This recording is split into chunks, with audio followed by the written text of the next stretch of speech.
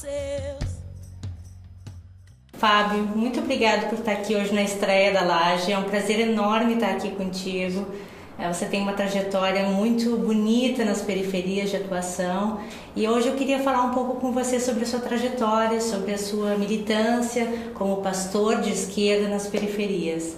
Então, se você pudesse começar a contar um pouco pra gente como que você se define, né, um pastor comunista, como eu já li de você, e o que isso traz, quais são as implicações que isso traz para a sua carreira e como que você lida com isso, como que você chegou até isso, né? Legal, Rosana. Bem, você sabe que implicações são muitas, né? Principalmente porque quando você fala eu sou pastor, sou comunista, todo mundo já leva para a questão política, partidária também, né?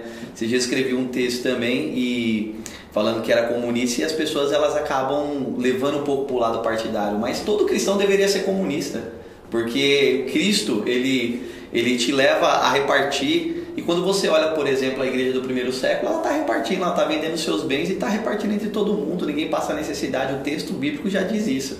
Então quando eu afirmo que sou um pastor comunista é porque por conta de Cristo, né? Por conta do Evangelho. O Evangelho me leva a ser comunista, a koinonia, né? A comunhão. As pessoas levam pelo lado político, é por isso que dá toda essa confusão no Facebook. Então eles começam a pensar, por exemplo, no Marx, mas eu não leio o Marx, por exemplo, para ser comunista, eu leio Jesus, o outro barbudo, né? Então quando eu leio Jesus, Jesus me leva a principalmente tratar essa questão da comunhão, da koinonia, de dividir o pão, de dividir o que eu tenho, apesar de isso ser difícil nos dias de hoje, né? As pessoas elas estão muito individualistas, inclusive na igreja, e quando elas fazem uma leitura mais apurada do Evangelho, elas poderão observar, por exemplo, que a igreja do primeiro século ela dividia tudo que tinha. Então a comunhão está aí, o comunismo está aí, né? Só que eles levam sempre para o lado partidário, e aí é onde dá pau, onde dá briga, e você vê lá que eu compro uma baita briga com muita gente. Mas também imagino que tenha muitas pessoas que você atraia, né? Com certeza. Com a sua postura. Sim, né? Sim, muitas pessoas, principalmente para o diálogo, Rosana. Essa postura ela abre o diálogo principalmente para a questão da dignidade humana, né? Então, quando eu falo da dignidade humana, são para pessoas que até mesmo a igreja esqueceu. Quando você pergunta da minha trajetória, por exemplo, eu fui missionário durante alguns anos na rua. E o missionário na rua, ele não tem que ter preconceito, ele não tem que olhar o outro como se ele tivesse afastado, como se fosse apenas uma coisificação. Não, ele tem que olhar como um ser humano. Então, essa minha trajetória na rua me fez pensar dessa forma, que eu tenho que dar dignidade para as pessoas. Sim, você trabalhou também com um grupo de transexuais nas ruas, né? Perfeito. Como é que foi um pouco essa experiência? Bem, eu trabalhava ali na Avenida São Miguel, né? Que fica ali no bairro de São Miguel Paulista. Eu ainda era seminarista, né? E nós levávamos chá, pão, café quente nas madrugadas. E ali nós passávamos conversando com todas, desde mulheres a transexuais. E as transexuais eram as que mais nos recepcionavam com uma alegria imensa. Elas sempre falavam, olha, se vistam meninas porque os meninos de Jesus estão vindo aí. E nós parávamos para escutar, para conversar, para dialogar, né? E muitas coisas marcaram a minha vida ali, naquele momento, né? Principalmente em relação à questão da dignidade humana. Porque enquanto a igreja ela passava, levantava a mão e dizia que aquilo ali era filho do diabo, era isso, esse é o discurso, infelizmente. Nós olhávamos como um ser humano que precisava ser amado por Cristo, amado por nós e que precisava de dignidade humana. Bom, então eu queria aproveitar esse tema e te perguntar sobre outra polêmica no seu Facebook de semana passada, que foi um post que viralizou, em que você fala que quem marcha com Jesus também deveria marchar na parada LGBT. Então eu queria que você falasse um pouco como que foi a própria essa experiência de viralização, a reação. Imagino que muita reação contrária, imagino também na sua própria igreja, na sua comunidade. Eu entendo o seguinte, Rosana, quem marchou para Jesus na quinta-feira deveria marchar principalmente no domingo na marcha LGBT. Inclusive nós fomos, eu e a Márcia, minha esposa, nós fomos lá para abraçar, para dizer que a igreja os ama, para dizer que as nossas portas estão abertas, que eles podem vir, que nós vamos recebê-los. Então eu acho que a igreja ela tem essa dívida, principalmente por conta dos discursos que têm se proliferado cada dia mais por conta da bancada evangélica, por conta de alguns pastores, e isso daí tem atrapalhado um pouco, principalmente no papel da igreja, que é receber a pessoa humana e trazê-la para Jesus. Só isso. Nada mais. Não condenar, não acusar. Bom, existe uma grande diversidade no campo evangélico. Eu queria ver se você podia falar também um pouco sobre essa diversidade, como é que você se situa nessa diversidade e algumas pautas emergentes que têm tem surgido o feminismo, a questão da homossexualidade. Legal. Então, Rosana, quando você fala, por exemplo, do campo evangélico, nós precisamos tomar muito cuidado nisso, porque é nessa questão que as pessoas elas erram, porque eles acham que o campo evangélico é um só. Exato. Né, que todo mundo pensa igual, mas não, você tem vertentes, você tem pensamentos teológicos, você tem pensamentos progressistas diferentes, né? Então quando você fala, por exemplo, de pensamento teológico, você vai ter aí reformados, históricos, você vai ter pentecostais, neopentecostais, cada uma vertente com o seu pensamento, com a sua vivência e com a sua espiritualidade, um pouco diferente, né? E quando você fala de pensamento, não é um pensamento único, né? Eu, por exemplo, me enquadraria mais na questão progressista. Eu sou um pouco mais progressista, tento dialogar, principalmente com os dias de hoje, porque o grande problema, a igreja ela parou no tempo. Então ela precisa dialogar com o tempo de hoje, precisa trazer as problematizações do tempo de hoje e tentar resolver. Não tentar ser a detentora da verdade absoluta e estabelecer como tentaram fazer, por exemplo, com a aprovação do casamento homoafetivo na Câmara, que a bancada evangélica tentava barrar e virou uma guerra isso daí. Então acredito que nós precisamos trazer essa discussão, né, para dentro das nossas comunidades também. Mas eu queria voltar para a questão do voto evangélico, porque se tem uma ideia também de que a candidatura evangélica representa 22% dos eleitores.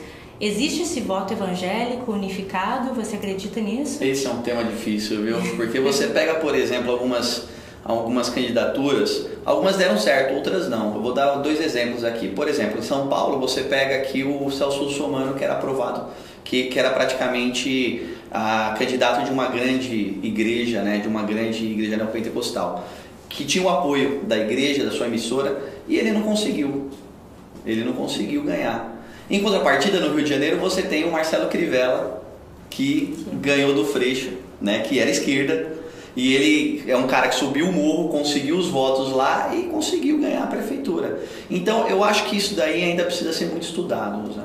Porque não tem uma cabeça crítica, olha, evangélico vota evangélico, ou evangélico vota assim, não tem isso. Apesar a ideia de que irmão vota em irmão, isso... Não tem, porque o irmão vai lá, pede o voto, os irmãos até pensam em eu vou votar, mas quando você olha o resultado é outro. Então, eu acho que não tem uma questão hegemônica em relação ao voto evangélico, é um negócio muito heterogêneo ainda, cada um vota em quem quer, em quem pensa, o que a família traz, o candidato do bairro, o candidato da confiança. Eu acho que precisa ser estudado, mas que há uma politicagem dentro das igrejas, isso há. Então, todo o período de eleição aparece candidato lá dizendo, olha, eu preciso do apoio. Alguns conseguem, né, e outros não. Eu me preocupo com essa questão, porque a bancada evangélica ela é muito conservadora. Então, precisa ter vozes ali que dê um contrassenso. Existem pessoas não são tão progressistas em São Paulo, que são evangélicos, mas que têm feito uma diferença enorme. Por exemplo, você pega a Patrícia Bezerra, agora que saiu, que deixou o Dória na mão, saiu da secretaria, ela é evangélica. Então, você começa a ver uma movimentação evangélica um pouco mais progressista, dialogar e tudo mais. Ainda falta muito, né, Rosana? Bom, Fábio, eu conheço o teu trabalho já há algum tempo e sei que você tem também uma militância até a esquerda. E eu também sei de algumas das suas trajetórias, das suas andanças, de, por exemplo, uma situação quando você leva um grupo, né, de militantes, acho que foi na Cracolândia, isso já faz 2 anos, eu acho. E aí você relata o espanto dessas pessoas ao se deparar com os sujeitos naquela situação. Se você poderia falar um pouco da relação que você tem com a própria esquerda e qual a dificuldade hoje que a esquerda tem de trabalhar nas periferias e o que a igreja, o que os evangélicos ou as igrejas do modo geral estão preenchendo e estão oferecendo nas periferias. Perfeito, legal, Rosana. Quando você fala, por exemplo, de esquerda e periferia, realmente eu já tive uma experiência dessa, né, de ir com militantes da esquerda à Cracolândia e levar lá e chegar lá e eles ficarem com medo, né? Coisa que a igreja não tem isso, não tem medo. Desce lá, abraça, pede para cortar o cabelo, chama para falar, meu, quer tomar um banho numa instituição aqui, vai. A igreja ela não tem esse problema. E o meu espanto é que as pessoas, os militantes, ficavam com medo de vão roubar minha carteira, vão tirar o meu relógio, e o que eu faço, né? Então, Rosana, eu penso o seguinte, que a esquerda ela se afastou, se descolou muito da sociedade, principalmente da base. E esse descolamento acabou prejudicando a relação entre a esquerda e a base, né? Então hoje eu penso o seguinte, que muito se fala da esquerda, mas se fala, por exemplo, dos grandes centros, né? Essa é uma grande crítica, você sabe que eu tenho. Você faz um evento da esquerda, faz no centro, para falar da periferia. Em vez de você ir à periferia, falar com a periferia, né? Você fala sobre a questão da pobreza, você faz em locais grandes auditórios, coisas que é surreal. Mas você não vai de encontro com a pobreza. Então essa é a minha grande crítica em relação à esquerda. Ela se descolou. Enquanto você fica planejando a revolução de uma mesa de bar, achando que as coisas vão acontecer, as coisas estão acontecendo. A pobreza está aí, precisa ser combatida, precisa ser encarada de frente. E nós que somos pastores, nós encaramos todos os dias isso. A maior mentira que se contou para o brasileiro é que política e religião não se discute. E se discute sim. Na minha igreja eu procuro sempre discutir política. Sempre falar, sempre tentar mostrar a questão do voto consciente, de você realmente, e da militância política. Eu digo que o país está nessa situação porque as pessoas de bem não militam dentro da política. E aí quem sobra são aquelas que estão mal intencionadas. Então a pessoa de bem, ela precisa entrar para a política. Exato. E se o cristão ele se sente um cidadão de bem, ele precisa entrar na política também, mas não para fazer uma agenda conservadora, mas para ajudar a vida do povo, realmente, porque esse é o nosso chamado, essa é a nossa missão como cristão. Fábio, muito obrigado, foi excelente estar aqui com você hoje na nossa estreia. Eu que agradeço. Muito obrigado. Obrigado, viu, Rosana? Foi ótimo. Valeu.